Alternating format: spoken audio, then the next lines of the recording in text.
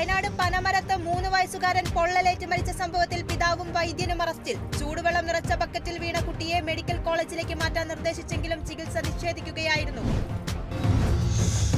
മലപ്പുറം കുറ്റിപ്പുറത്ത് ട്രെയിനിന് നേരെ കല്ലെറിഞ്ഞ സംഭവത്തിൽ അന്വേഷണം ആരംഭിച്ചു. കല്ലേറുണ്ടായത് കുറ്റിപ്പുറം റെയിൽവേ സ്റ്റേഷനിൽ നിന്നും എഗ്മോർ മംഗളൂരു ട്രെയിനിനു നേരെ.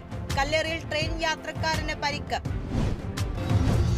തിരുവനന്തപുരത്ത് അമ്മയെയും മകളെയും മരിച്ച നിലയിൽ കണ്ടെത്തി. മരിച്ചത് പേരയം സ്വദേശികളായ സുഭദ്ര, ഗീത എന്നിവർ. അമിതമായി ഗുളിക കഴിച്ചാണ് മരിച്ചതെന്ന് പോലീസ് നിഗമനം. മാനസിക സമ്മർദ്ദമെന്ന് ബന്ധുക്കൾ. അപകീർത്തി കേസിൽ ബിജെപി അധ്യക്ഷൻ കെ സുരേന്ദ്രനും അനിൽ ആന്റണിക്കും കോടതി നോട്ടീസ്. അടുത്ത മാസം 31-ന് കോടതിയിൽ ഹാജരാവണം. ഉത്തരവ് TG നന്ദകുമാർ നൽകിയ പരാതിയിൽ. കണ്ണൂർ കുളത്തിന്റെ പടവിൽ തലയടിച്ച് യുവാവ് മരിച്ചു. മരിച്ചത് തിലാനൂർ സ്വദേശി രാഹുൽ. കുളത്തിലേക്ക് ചാടുന്നതിനിടെ പടവിൽ തലയിടിച്ചാണ് അപകടം. മഹാരാഷ്ട്ര നാഗ്പൂരിൽ മലയാളി ദമ്പതികളെ മരിച്ച നിലയിൽ കണ്ടെത്തി. മരിച്ചത് തിരുവനന്തപുരം സ്വദേശി റിജു, ഭാര്യ പ്രിയ. ജീവനൊടുക്കിയത് കടബാധ്യതയെ തുടർന്നെന്ന് പോലീസ്. കണ്ണൂർ വളപ്പട്ടണം പുഴയിൽ മൃതദേഹം കണ്ടെത്തി. മൃതദേഹം പറശ്ശിനിക്കടവ് പാലത്തിനു മുകളിൽ നിന്നും ചാടിയ ആളുടേത്. മരിച്ചത് ഗുഡ്സ് ഓട്ടോ ഡ്രൈവറും ചമ്പാട് സ്വദേശിയുമായ രമേശ്.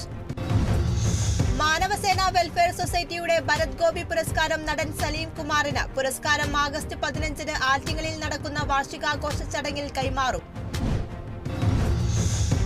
2024-ലെ ചിന്താ രവീന്ദ്രൻ പുരസ്കാരം സാമൂഹിക രാഷ്ട്രീയ ചിന്തകനും ആക്ടിവിസ്റ്റും തെരഞ്ഞെടുപ്പ് വിശകലന വിദഗ്ധനുമായ യോഗേന്ദ്ര യാദവിന്.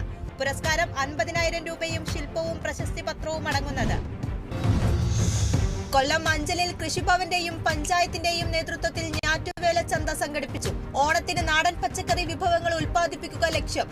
അഞ്ചൽ പഞ്ചായത്ത് പ്രസിഡന്റ് S സജീവ് ഞാറ്റുവേല ചന്ത ഉദ്ഘാടനം ചെയ്തു. Kozhikode Eengapuzha MGM higher secondary സ്കൂളിൽ ബഷീർ ദിനാഘോഷം സംഘടിപ്പിച്ചു. പരിപാടി സംഘടിപ്പിച്ചത് വൈക്കം മുഹമ്മദ് ബഷീറിനെയും കൃതികളെയും പരിചയപ്പെടുത്തുന്ന ലക്ഷ്യത്തോടെ. മലയാള അധ്യാപകൻ ഷിജു ബഷീറിന്റെ വേഷമണിഞ്ഞ് പാത്തുമ്മയോടൊപ്പം ആടുമായി കുട്ടികൾക്കിടയിലേക്ക് എത്തിയത് കൗതുകമുണർത്തി.